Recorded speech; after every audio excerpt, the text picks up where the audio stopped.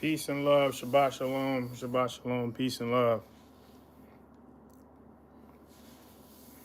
And be reading from the book of Genesis,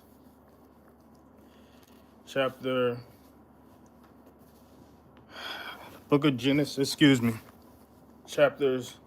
25 to 28. Bear with me as I try to get through this, y'all willing.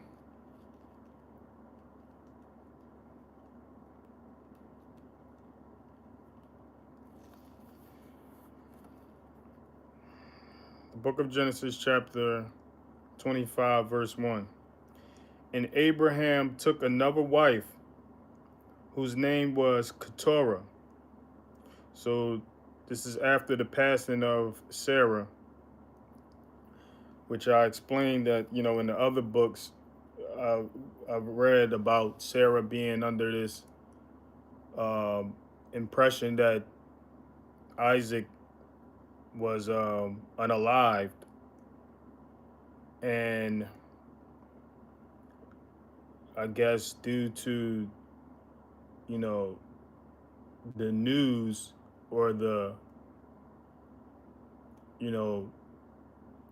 due to the false news of Isaac being unalive, she, it resulted in her being unalive. Her having some form of heart attack. The writings doesn't specify, but it does specify that the enemy was involved, and how the enemy put these thoughts either in the rumor, in her, somehow these thoughts, started with the enemy and made its way to Sarah. And this is Abraham moving on by taking another wife. So this is how the chapter begins, chapter 25 of Genesis. And Abraham took another wife, whose name was Keturah. Verse 2. And she bore him Zimran and Quoshan. And Yoshan and Medan and Midian and Yishbak and Shua. Verse 3. And Yokshan brought forth Sheba and Dedan. And the sons of Dedan were Ashurim and Letushim, and Leumim. Verse 4. And the sons of Midian were Ephah and Epher and Hanak and Abida and Eldah. All these were the children of Keturah. So these are all the children that Abraham bore with this new wife of his named Keturah. And mind you, Abraham is in his hundreds. Abraham at this point is over 100 years old. And he's bearing children, at this old age. He was already shocked that Sarah would bear a child. I don't know if he was shocked that Sarah would bear a child due to his old age and didn't believe that he was capable of, providing a seed to her. It don't seem like this is his issue, with Keturah, because he went and found another wife after Sarah's passing and had 1, 2, 3, 4, 5, 6 children with this woman Keturah, with his new wife of his Keturah. And it says the sons of Midian were, verse 5. Now Abraham gave all that he had to Yishak. So Abraham gave everything, all his inheritance to Yishak, to Isaac. These children, they didn't get, I don't know if they didn't get anything, but they didn't get, all that he had. He gave all that he had to Isaac, Yishak. Verse 6, but to the sons of the concubines whom Abraham had, Abraham gave gifts while he was still living, and sent them away from his son Yishak eastward to the land of the east. So he also had concubines. Not only, did he find another wife, he had concubines outside of Sarah. And he had children by these concubines, and the children he had by these concubines, he sent them east. He sent them eastward. He sent them away from Yishak, away from Isaac. Verse 7, and these are all the years of Abraham's life, which he lived, 175 years. So Abraham went on to live 175 years. And when he was well over 100, he bore more children. And it's documented that he bore at least 6 children after the passing of his wife Sarah. Verse 8, and Abraham breathed his last and died in a good old age, aged and satisfied, and was gathered to his people. So this is clear that Abraham was gathered to his people. You see that a lot. You read that a lot. We're going to read that a lot, especially in the old writings, about how men were gathered when they passed. They were gathered to their people, went to sleep with their relatives, sleep with their fathers, or you know what I mean. But this is a clear indication that that you are gathered with your relatives if you walked your life in the flesh with the Most High. I can't say you'll be gathered with your relatives if you haven't. No one can know that for sure, but we trust and believe what we read, that this is what's documented, this is what is written, that ancient brothers like Abraham passed and was gathered to his people. Verse 9, and his sons Yishak, Isaac, and Ishmael buried him in the cave of Machpelah, which is before Mamre, in the field of Ephron, son of Sohar the Hittite. So he was buried in the place that he purchased, them years ago, when he was basically explaining to the person, like I have to pay for this cave. I don't want it given to me. And notice how Ishmael was there to bury his father with Isaac. So Ishmael and Isaac had some form of relationship, had to. It's not documented. It's nothing that gets too in depth in their relationship before or after Abraham. But we see they both were able to bury Abraham. Verse 10, the field which Abraham purchased from the sons of Yeth, there Abraham was buried with Sarah, his wife. So he was buried with his wife Sarah. Verse 11, and it came to be after the death of Abraham that Elohim blessed his son Yishak, Isaac. And Yishak dwelt at Beer Lahe Roi.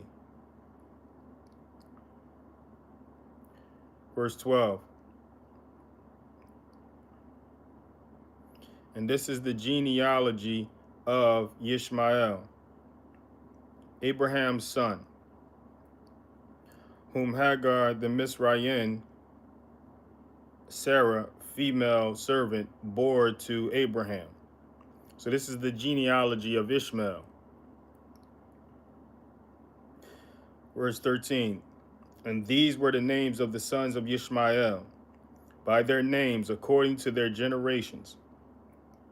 The firstborn of Ishmael, Nebaioth, then Kedar, and Adbeel, and Mibsam, verse 14, and Mishma, and Duma, and Masa, verse 15, Hadar, and Tema, Yetor, Nephish, and Kedema. Verse 16, these were the sons of Ishmael, and these were their names, by their towns and their settlements, 12 chiefs, according to their tribes. So these were the 12 that the Most High spoke of, that he will, make 12 princes, 12 kings. I want to say kings or princes that he will make of the sons of Abraham and, the sons of Ishmael. This is what he promised Abraham. So these were the 12 he spoke of, and these were their tribes. So this is a separate tribe. You have the 12 tribes of Yisrael, which will be the son of Yishak, son of Yishak and Jacob. Then you have the 12 tribes of Ishmael. Then you got two separate tribes, 12 tribes. 12 tribes of Ishmael and the 12 tribes of Yisrael. Interesting, right? Never looked at it that way. Verse 16, these were the sons of Ishmael, and these were their names, by their towns and their settlements, 12 chiefs, according to their tribes. That's how it's worded. According to their tribes. And they were chiefs. They were chiefs. They weren't just anybody. Verse 17, and these were the years of the life of Ishmael, 137 years. And he breathed his last and died and was gathered to his people. So Ishmael was gathered to his people. We see that Ishmael was gathered to his people, and he lived a good period of time, and so Ishmael was gathered with his people, and that doesn't specify, how he walked his life and how he lived his life. We don't see that in the writings, but obviously it was enough for him to be gathered with his people after his passing. Verse 18, and they dwelt from Havilah as far as Shur, which is east of Mizraim, as you go toward Ashur. He settled before all his brothers. Verse 19, and this is the genealogy of Yishak, Abraham's son. Abraham brought forth Yishak, Isaac.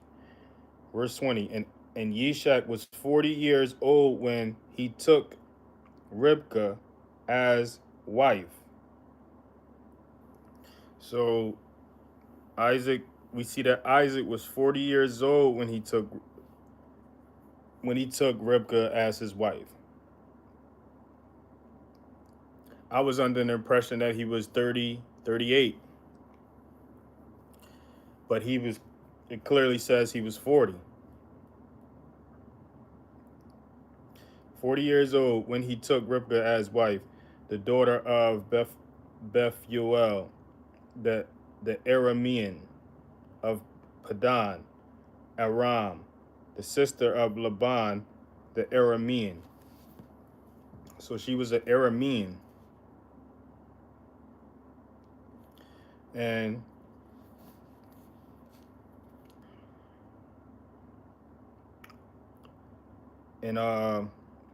yeah, we're going to crack down on her actual age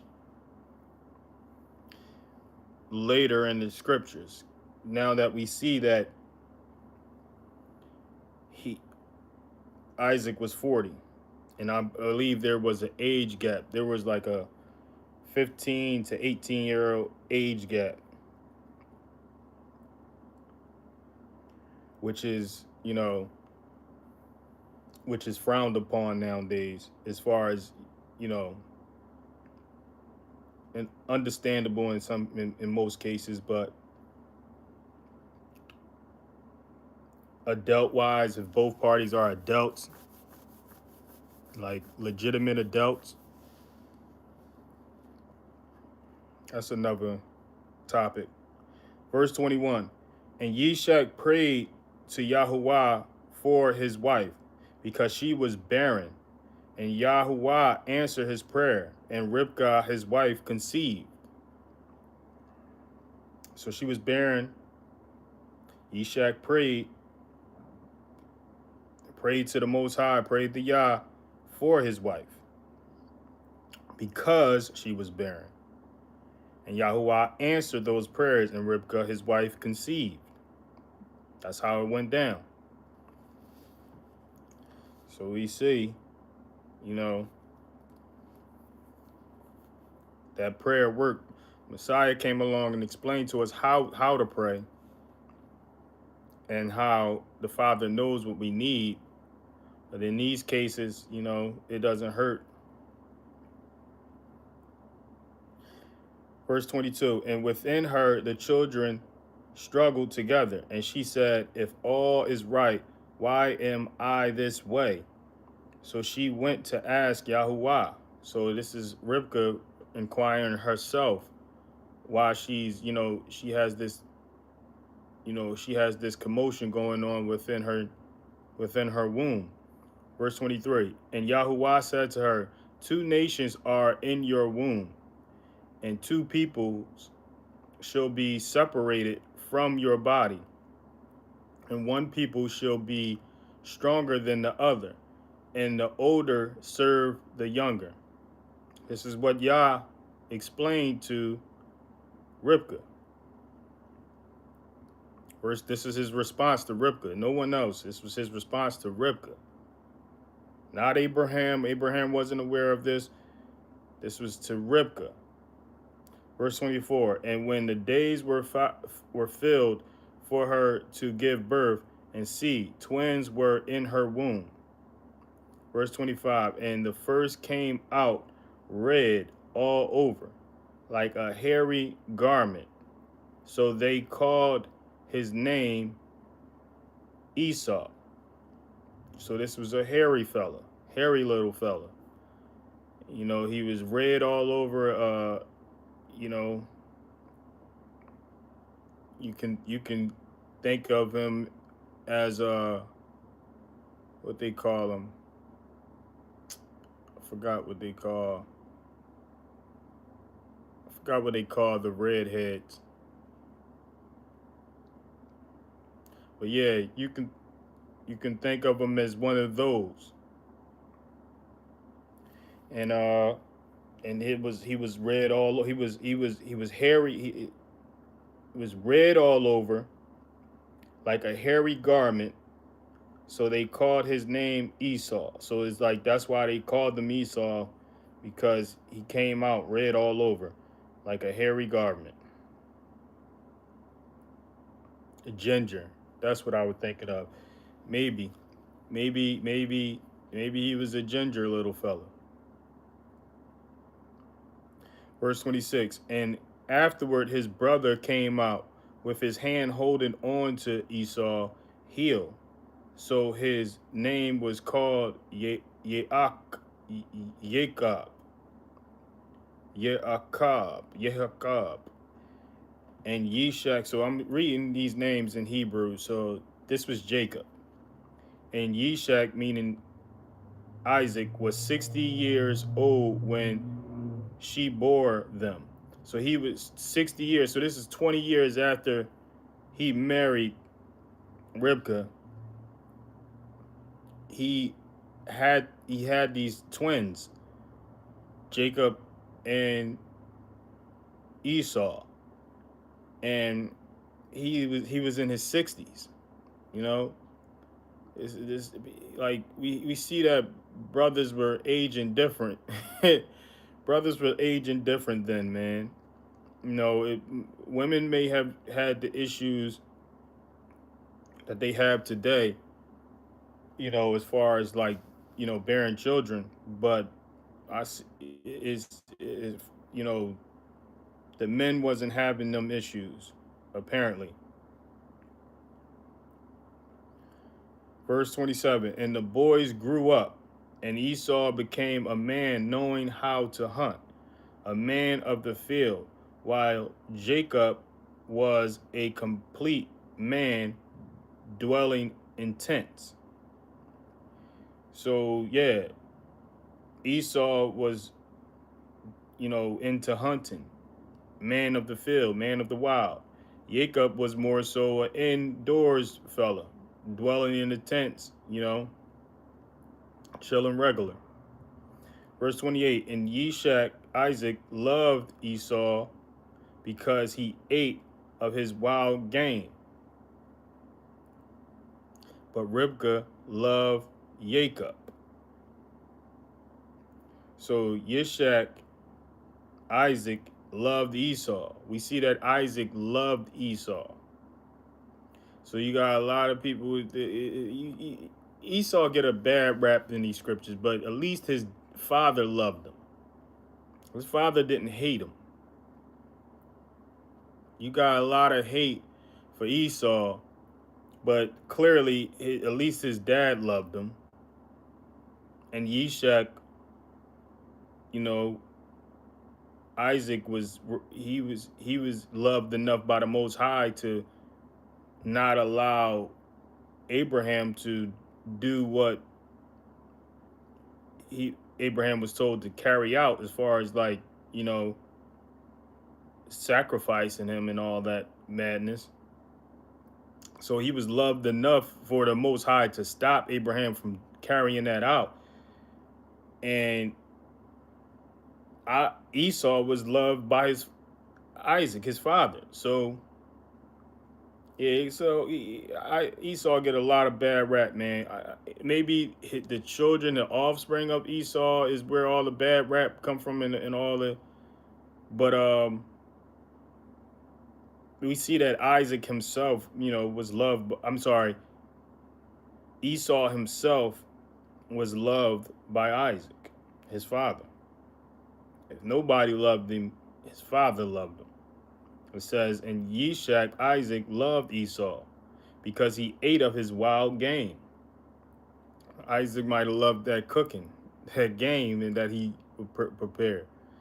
But the mother, Ribkah, loved Jacob because, you know, Yah told him that the younger will rule over the older. And Jacob was the younger. So Ribkah loved the younger one, because she was alone was told this by the Most High, that, you know, the younger will rule over the older. Jacob will rule over Esau. Verse 29, and Jacob cooked a stew, and Esau came in from the field, and he was weary. Verse 30, and Esau said to Jacob, please feed me with that same red stew, for I am weary. That is why his name was called Edom. guess he was named Edom because he was wary and he had a thing for red stew. You know, he was called Esau because he was red all over and hairy like a garment, like a hairy garment. And now we see that he was known as Edom as well because, you know, he was yeah, his thing was that red stew. And we see how much we're going to see how much he loved this red stew. Verse 31. But Jacob said, "Sell me your birthright today." Don't know what made Jacob, you know, come up with that, but he did, and that's what he said. And this is what Esau. This is how Esau responded. Verse 22. I'm sorry. Verse 32. And Esau said, "Look, I am going to die. So why should I have birthright?" So he didn't care anything of it, didn't think nothing of it. Verse 33. Then Jacob said, "Swear to me today." And he swore to him and sold his birthright to Jacob. So he sold his birthright to Jacob for a bowl of stew. A bowl of stew. Esau couldn't see the importance of this birthright, obviously. He like, man, we live and we go. We live and we live today and we're going tomorrow. This is the thinking of Esau at the time. He just wanted to grub. Like, what good is this birthright? Give me a bowl of that. I need that. And I'm known, and let it be known, I'm known as Edom from now on because I need that red stew. Verse 33. Then Jacob said, "Swear to me today," and he swore to him and sold his birthright to Jacob. Verse 34. Jacob then gave Esau bread and stew of lentils. Oh man, that lentil soup. Now that explains everything. That's my favorite soup. Lentil soup is different, man. Lentil soup is different. So I wouldn't have sold my birthright, man. Understand he didn't know the importance of this birthright, but lentil soup, man. Now I see what, now I see what his, you know, what had him by in the chokehold. That lentil soup had him in the chokehold, man. And he gave his birthright up for that lentil soup. Lentil soup is really good for you. Really, really nutritious. Really, really high in alkaline. And to the day, that's why I eat lentil soup almost every day during the week. You know, during the weekday, you know, I that's my thing. You know, lentil soup and salad, and because the lentil soup is, you know, very high on alkaline and high in iron, really good for you. So this explains why Esau gave that birthright up. Can't say that I agree with the decision, or you know, it's hard for me to say that I wouldn't have done that, you know, but yeah. Then Jacob said to swear. So all right, verse 34. Jacob then gave Esau bread and stew of lentils, and he ate and drank, and rose up and left. Thus Esau despised his birthright. So Esau despised his birthright. He didn't care nothing for it, care nothing about it, no respect for it. Chapter 26, verse 1. And there was a scarcity of food in the land, besides the first scarcity of food which was in the days of Abraham. And Yishak went to Abimelech, sovereign of the Philistines in Gerar.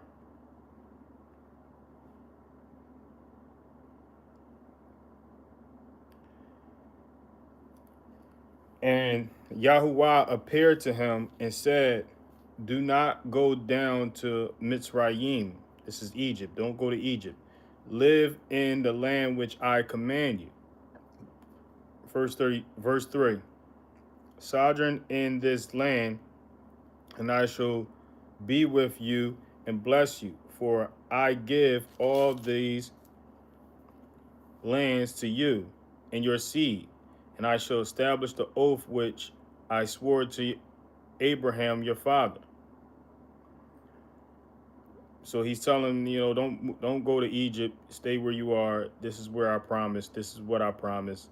This is where you will, reap the blessings and, you know, everything that I promised to your father. Verse 4.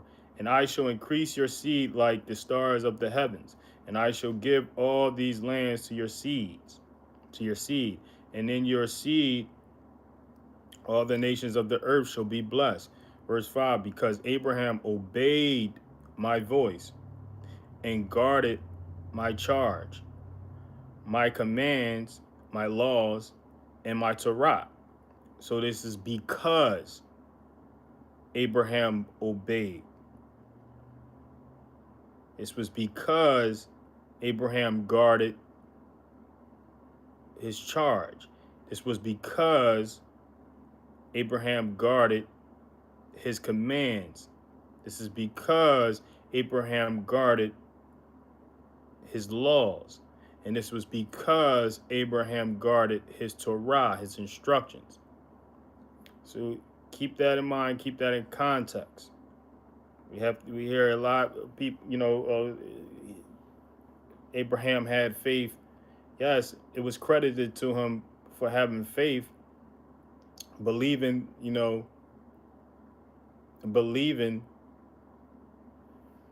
the words of the Most High, but it was also credited to him for obeying those words. So you have most people today that try to find any way to,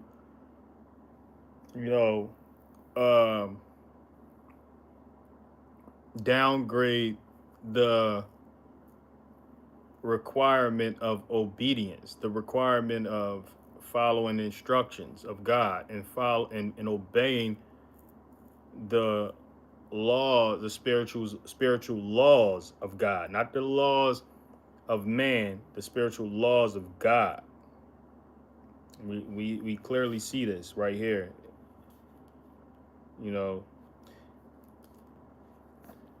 Verse 6, and Yishak dwelt in Gerar. Verse 7, and when the men of the place asked about his wife, he said, she is my sister. So like father, like son, man. I'm sorry. Yeah, like father, like son. Just like his father, was afraid to let these kings and these places of kings know that his wife was his wife. He's carrying out the same tradition of, lying about how his wife is his sister. Don't know why. Don't understand it. Maybe because these were towns of savages. Because this is what his father explained. Like, the fear of God isn't here, and that's this is what led to the decision of calling his wife his sister to protect themselves. You feel, and this is, I guess, Isaac feels the same way, because he's going about it the same way. She is my sister, for he was afraid to say she was my wife, thinking lest the men of the place should kill me for Ribkah, because she is good looking. Ribkah was she was a looker. He was worried. And that's tough, man. Like,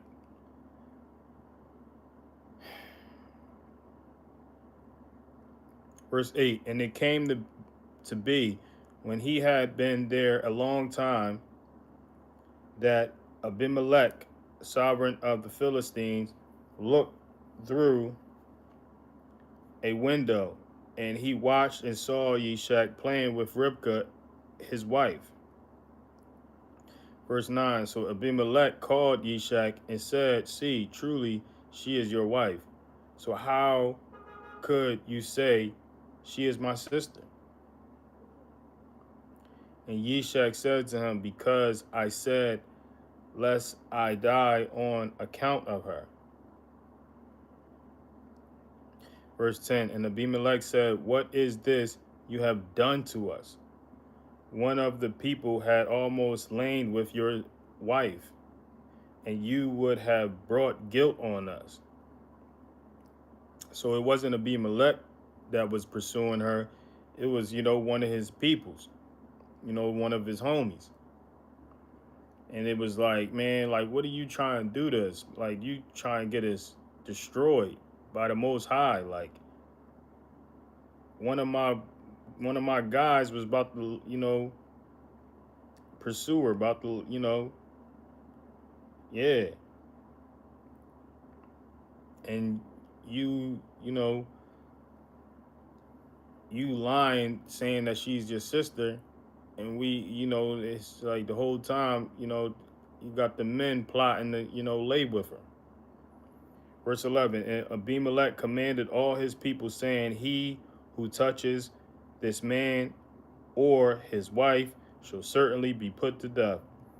Verse 12, and Yishak sowed in that land and reaped in the same year 100-fold, and Yahuwah blessed him.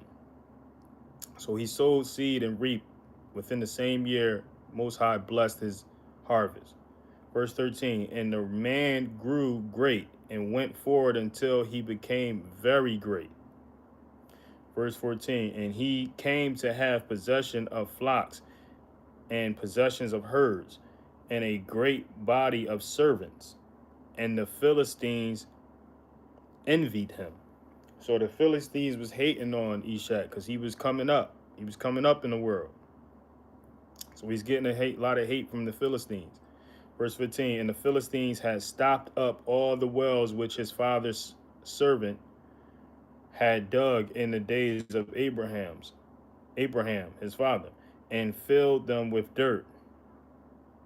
Hating, like going as far as that's like, somebody coming to flatten your tires because they don't like how you got a better car, like you got a new car, so this is equivalent to that kind of hate.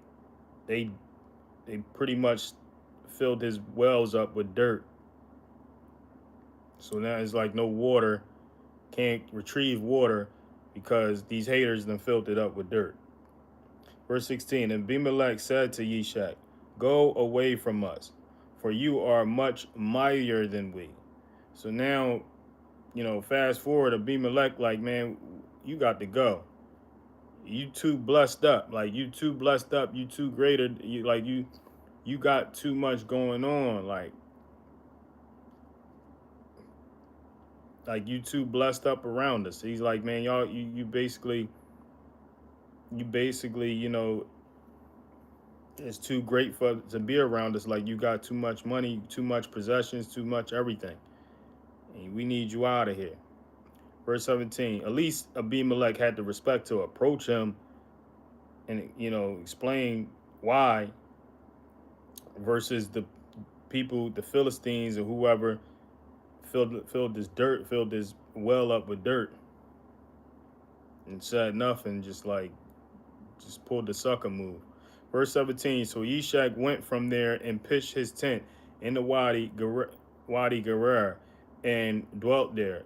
Verse 18, and Yishak dug again the wells of water which they had dug in the days of Abraham his father, for Philistines had stopped them up after the death of Abraham, and he called them by the names which his father had called them. Verse 19, but when Yishak's servants dug in the wadi and found a well of running water there, verse 20, the herdsmen of Gerar strove with Ishak's herdsmen, saying, "The water is ours." And he called the name of the well Esek, because they strove with him. Verse 21, and they dug another well, and they strove over that one too. And he called its name Zitzna. Verse 22, and he moved from there and dug another well, and they did not strive over it. And he called its name Rehoboth, and said, from now Yahuwah has made room for us, and we shall be fruitful in the land. So it's a beach called Rehoboth out Delaware.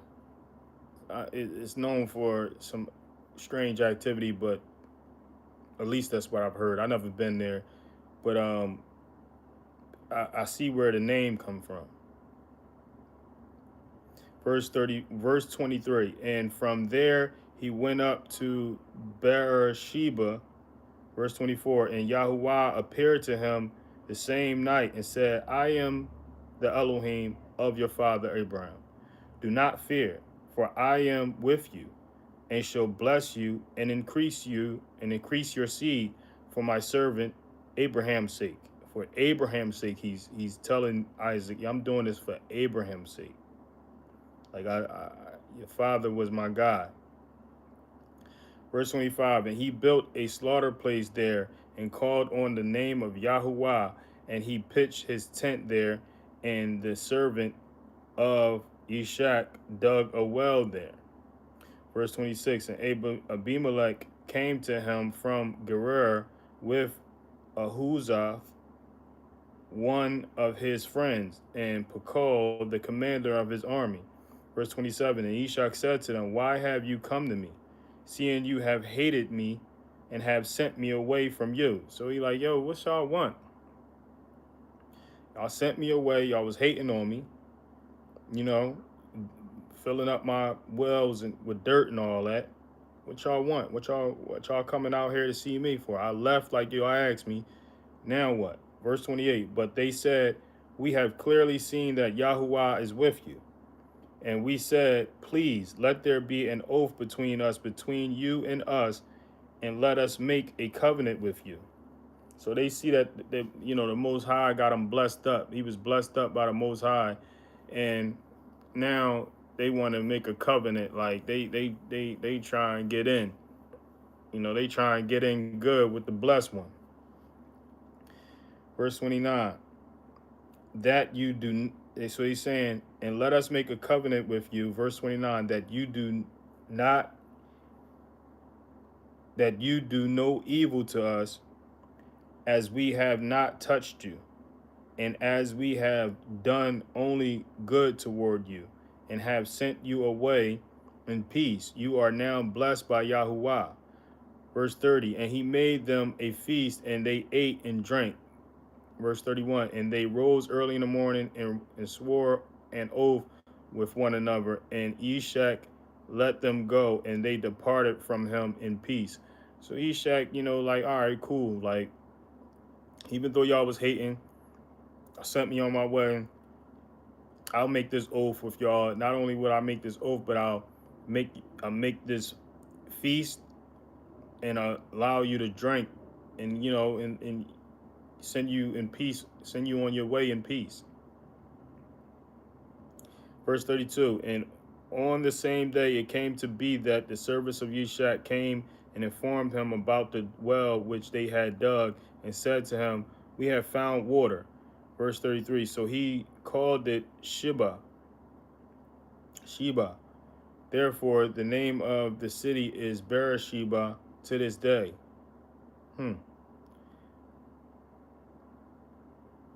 Interesting.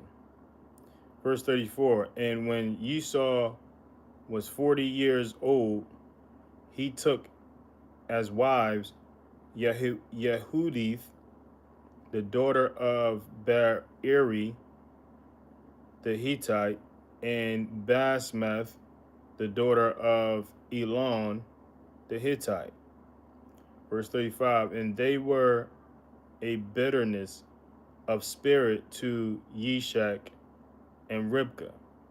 So Yishak and Ribkah was not feeling the daughters of Ishmael. I'm sorry, the wives of Ishmael. Like they didn't they weren't too pleased with the wives of that Ishmael chose. It says when Esau was 40 years old, he took as wives Yehudith and the daughter of Beri the Hittite, two wives, and Basmith, the daughter of Elon the Hittite. So they both were Hittites. I guess they didn't like. I guess his parents, Yishak, Isaac, and Rivka, didn't like the wives because they were Hittites.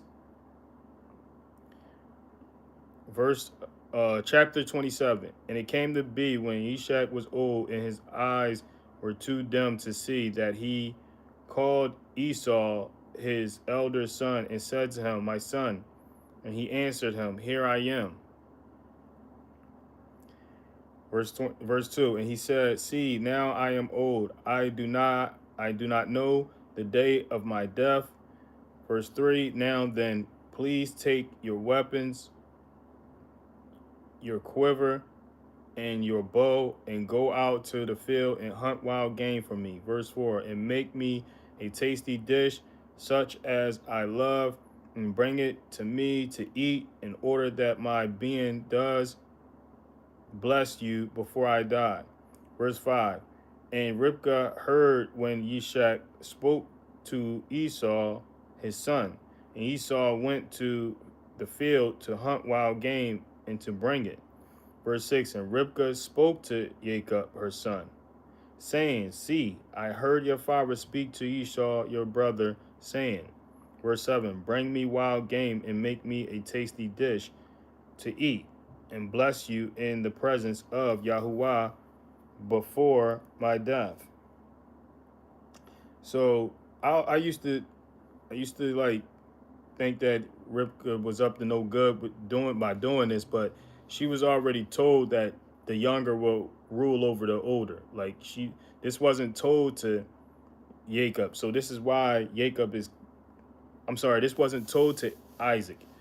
So this is why Isaac is carrying this out and not with it, because he wasn't aware that Ribkah was told that the younger would rule over the older. Verse 8, and now my son, listen to my voice according to what I command you.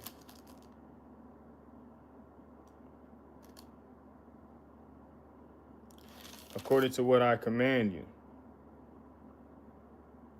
Verse 9, please go to the flock and bring me 2 choice young goats, and I make a tasty dish from them for your father, such as he loves. Verse 10, and you shall take it to your father, and he shall eat it, so that he might bless you before his death. Verse 11, and Jacob said to Ribkah, his mother, see, Esau my brother is a hairy man, and I am a smooth-skinned man. So we see that Esau was definitely a hairy dude. Like even in his adult years, his young adult years, it wasn't just a thing of his birth. He grew to be hairy and seen to be hairy. And it was, it was quite obvious. And his twin brother, on the other hand, was a smooth skinned fella. And this is clear this is a clear indication of their, the depiction being different, descriptions being totally different. Verse 12, what if my father touches me, then I shall be like a deceiver in his eyes, and shall bring a curse on myself and not a blessing. So this is what It's what Jacob was worried about. Like he didn't want to deceive. He didn't want to mislead his father. He didn't want to. He didn't. He wasn't thinking like that. And his mother was only carrying it out because she was told by the Most High Himself that Jacob will be ruling over Esau. Verse 13, but his mother said to him, let your curse be on me, my son. Only obey my voice and go and get them for me. Verse 14, and he went and fetched them and brought them to his mother, and his mother made a tasty dish, such as his father loved. Verse 15, and Ribkah took the best garments of her elder son Esau, which were with her in the house, and put them on Jacob, her younger son. Verse 16, and she put the skins of the young goat on his hands and on the smooth part of his neck. Wow, she went as far as to to dress him up in goat fur. Verse 17. Then she gave the tasty dish and the bread which she had prepared into the hand of her son Jacob. Verse 18. And he went to his father and said, my father. And he said, here I am. Who are you, my son? Verse 19. And Jacob said to his father, I am Esau, your firstborn. I have done as you said to me. Please rise, sit, and eat of my wild game, so that your being might bless me. Verse 20, but Yishak said to his son, how is it that you have found it so quickly, my son? And he said, because Yahuwah your Elohim brought it to me. That was strong. Like, you pretty much lied on the Most High. Like, I don't know if it was a total lie because, like I said, the Most High said to Ribkah that the younger will rule over the older, and for Ribkah to prepare that food that fast, it had to be the works of the Most High. So I can't say for sure that he was lying. That's I ain't gonna give him that. I'm not gonna put that on him. I mean, it was the whitest lie you could possibly tell, but it was just yeah, that was pretty aggressive for him to say because Yahuwah your Elohim brought it to me. Like, I guess. Verse 21, then Yishak said to Jacob, please come near so that I feel you, my son, whether you truly are my son Esau or not. Verse 22, and Jacob went near to Yishak, his father, and he felt him and said, the voice is the voice of Jacob, but the hands are the hands of Esau. So this is what Isaac is like, you know, putting together in his head. Like, man, you sound like Jacob. You feel like Esau, but he, in all actuality, in truth, he was feeling the hairs of a goat that Ribkah, the mother, prepared. Verse 23, and he did not recognize him, for his hands were hairy like his brother's Esau's hands, and he blessed him. Verse 24, and he said, are you truly my son Esau? And he said, I am. More lies, one lie. I'm just deeply bothered by the lies.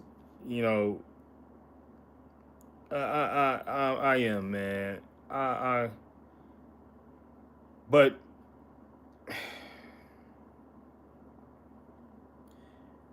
in in in Jacob's defense, he's carrying out the plot of his mother.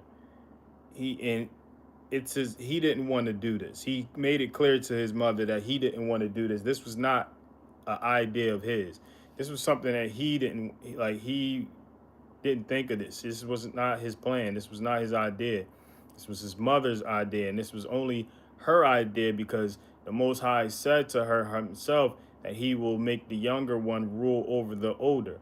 And that was her opportunity to carry that out when she heard that Isaac was, planning to bless Esau, when she knew that the Most High told her that Jacob is the one who's supposed to rule over Esau.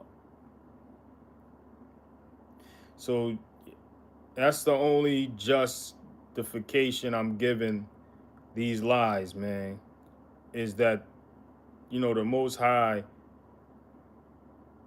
is just. And he said, "Are you truly my son, Esau?" And he said, "I am." A lie. Verse 25, and he said, "Bring it near to me, and let me eat of my son's wild game, so that my being might bless you."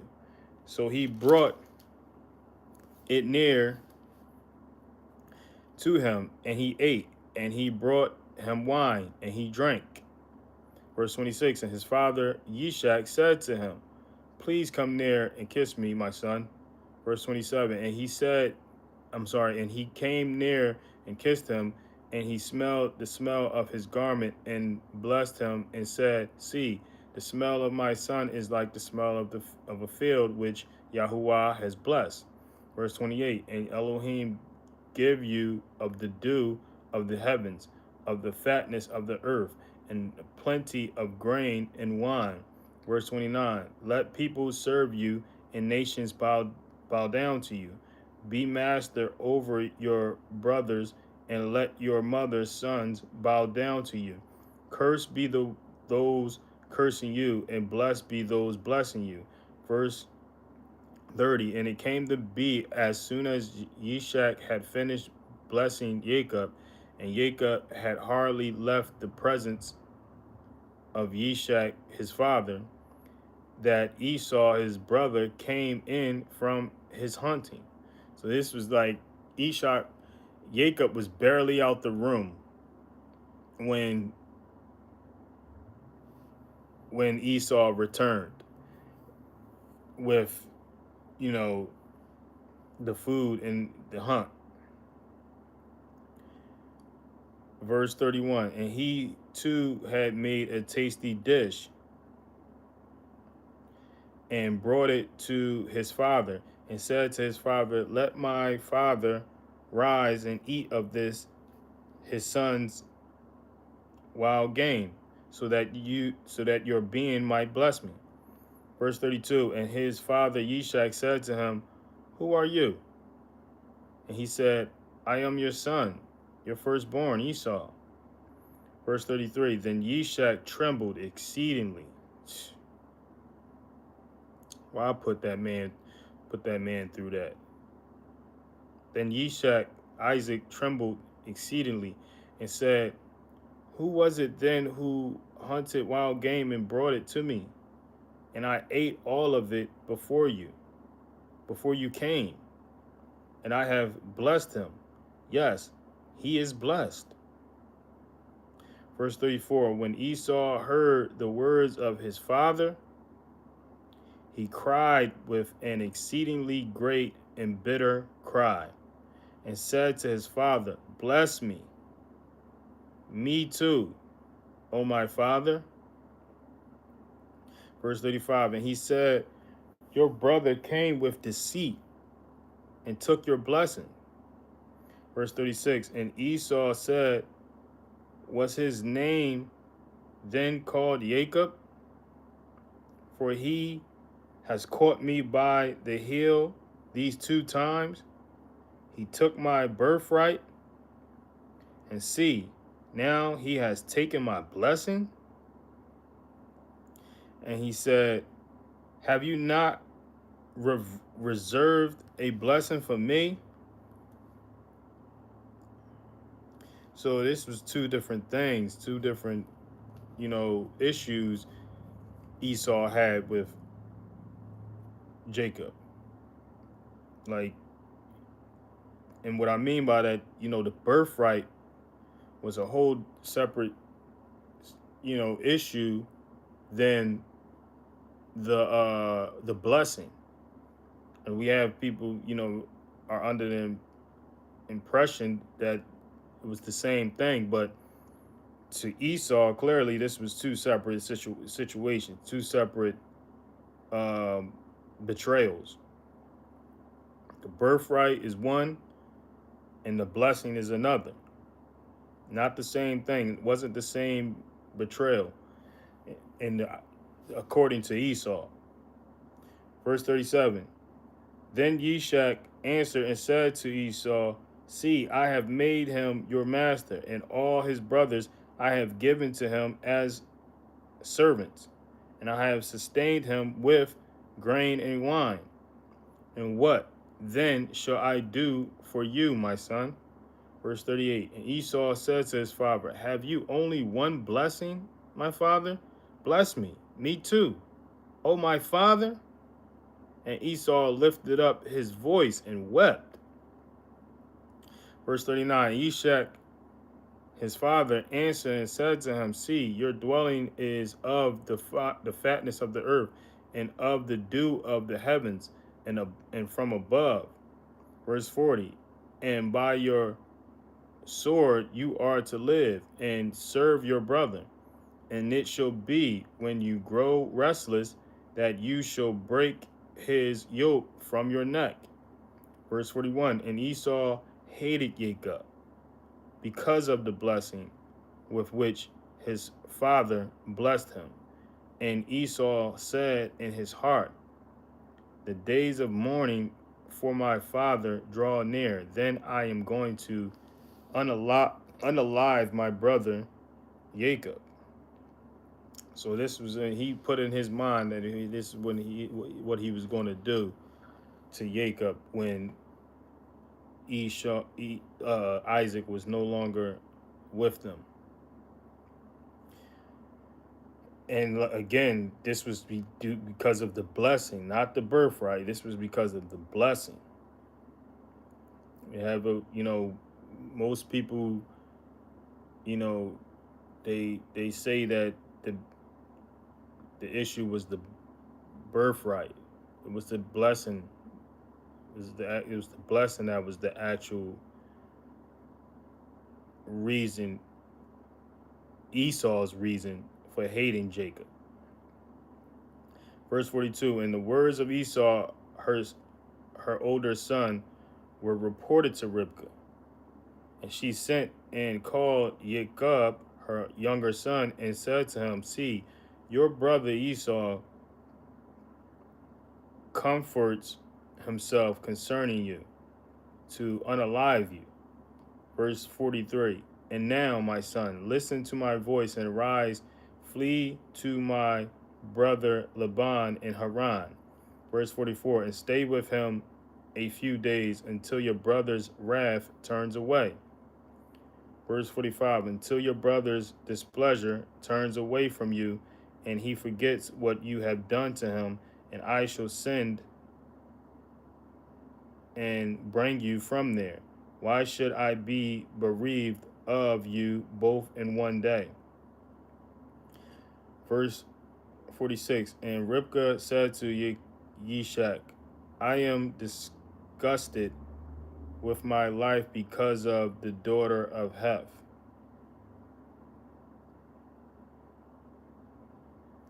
If Jacob takes a wife from the daughters of Heth, like these who are the daughters of the land, what is my life to me?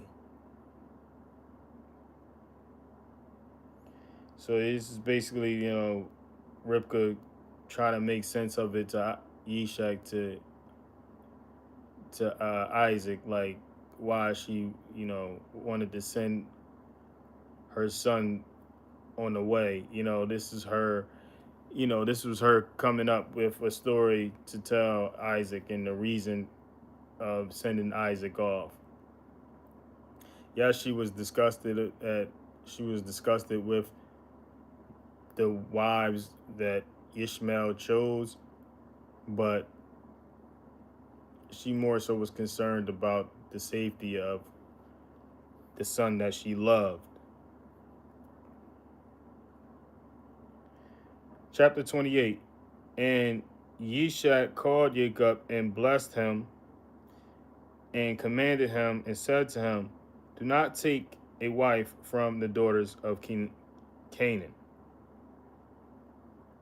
Verse 2. Arise, go to Padan Aram, to the house of Bethuel, your mother's father, and take a wife for yourself from there, from the daughters of Laban, your mother's brother. Verse 3. And El Shaddai bless you, and make you fruitful, and increase you, and you shall become an assembly of peoples. So this is the command of Isaac to send him off. The plot began with Ribkah, but the command was carried out by Isaac. Like, go find a wife. But it was really to get him out of there, because, Esau had some plans for him. Verse 4, and give you, it says, El Shaddai bless you and make you fruitful and increase you, and you shall become an assembly of peoples. Verse 4, and give you the blessing of Abraham to you and your seed with you, so that you inherit the land of your sojourners, which Elohim gave to Abraham. So Yishak sent Jacob away, and he went to Padan Aram, to Laban, son of Bethuel, the Aramean, the brother of Ribkah, the mother of Jacob and Esau. So this Isaac remembered that his son deceived him. He remembered that his son Jacob deceived him, and even after and through all, he, told him to, send him on his way, told him to go there, find a wife. It wasn't too much ill will. It doesn't really specify how, if Isaac, said anything to Jacob about all that. Verse 5, so Yishak sent Jacob away, and he went to Padan Aram, to Laban, son of Bethuel, the Aramean, the brother of Ribkah, the mother of Jacob and Esau. Verse 6, and Esau saw that Yishak had blessed Jacob and sent him away to Padan Aram to take himself a wife from there, and that as he blessed him, he gave him a command, saying, do not take a wife from the daughters of Canaan. Verse 7, and that Jacob had obeyed his father and his mother and had gone to Padan Aram. Verse 8, so Esau saw that the daughters of Canaan did not please his father Yishak. Verse 9, and Esau went to Ishmael and took Mahalath, the daughter of Ishmael,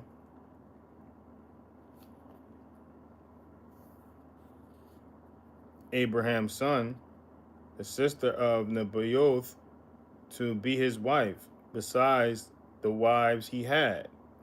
So he went to Ishmael, and the daughters of Ishmael to take a wife from them to, make his parents feel better. Verse 10, and Jacob went out from Beersheba and went toward Haran. Verse 11, and he came upon a place and stopped over for the night, for the sun had set, and he took one of the stones of that place and put it at his head, and he lay down in that place to sleep. Verse 12, and he dreamed and saw a ladder set up on the earth, and its top reached to the heavens. So this was a dream. This is a key word, dream. This was a dream of his. Interesting. So yeah, and its top reached to the heavens, and saw messengers of Elohim going up and coming down on it. Verse 13, and see, Yahuwah stood above it and said, I am Yahuwah, Elohim of Abraham, your father, and the Elohim of Yishak. The land on which you are lying, I give it to you and your seed. Verse 14, and your seed shall be as the dust of the earth, and you shall break forth to the west and to the east, to the north and to the south, and all the clans of the earth shall be blessed in you and in your seed.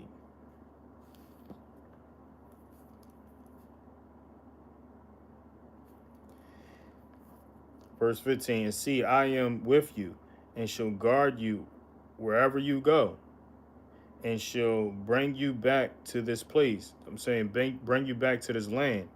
For I am not going to leave you until I have done what I have spoken to you. Verse 16, and Jacob awoke from his sleep and said, truly Yahuwah is in this place, and I did not know it. So he awoke from his sleep. This was told to him in his sleep. This was the Most High speaking to Jacob in the sleep, in his sleep.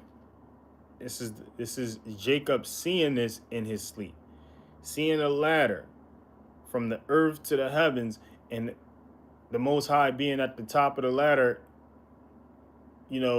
speaking down to Jacob, like, "Yo, what's up? I'm the Elohim, the God of your father and your father's father. This is what I got. This is my plans for you." So yeah, this is a dream, man. This is what was seen in the dream. This is what was said in the dream.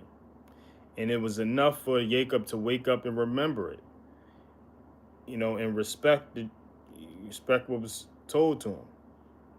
Verse 17, and he was afraid and said, how awesome is this place? This is none other than the house of Elohim, and this is the gate of the heavens. So this place was so marvelous that Jacob felt the need to, identify it as the house of Elohim, as the gate of the heavens. Verse 18, and Jacob rose early in the morning and took the stone that he had put at his head, set it up as a standing column, and poured oil on top of it. Verse 19, and he called the name of that place Beth El. However, the name of that city had been Luz previously. So this was a name, this was Beth El, and previously known as Luz. Verse 20, and Jacob made a vow, saying, seeing Elohim is with me, and has kept me in this way that I am going, and has given me bread to eat and a garment to put on. Hey, you know what I mean? Be thankful. Garment to put on and bread to eat. How humble he was to acknowledge that. The little things weren't little things at the time. Like today, they would be known as little things. But depending on who you are. Verse 21, when I have returned to my father's house in peace, and Yahuwah has been my Elohim. Verse 22, then this stone which I have set as a standing column shall be Elohim's house. And of all that you give me, I shall certainly give a tenth to you. So this is Jacob's decision, to just, make this rock the house of Yah, and give a tenth of all that he had, all that he was blessed, all that he, you know, all that he acquired through whatever labor, through whatever income, whatever earnings, most likely his harvest. The Most High was given a tenth of it. And that completes the chapter. That completes the chapter of, you know, of Genesis. We just read Genesis chapter 20, 25 through 28. And I'm going to close out, and I'm going to pick back up in the book of Isaiah. So if you're able to join me again, give me a couple minutes. I'm going to close out. First, I'm going to bless us out for those. I'm going to bless us out for the bless those who may not be able to come back on. I'm going to bless y'all out. I'm going to bless us out according to the blessing that was given to Moshe in the book of Numbers, chapter 6, verse 23 to 26. Receive your blessing. May Yahuwah bless you and guard you. May Yahuwah make his face shine upon you and show favor to you. May Yahuwah lift up his face upon you and give you peace. Peace, love, Shabbat shalom, peace and love.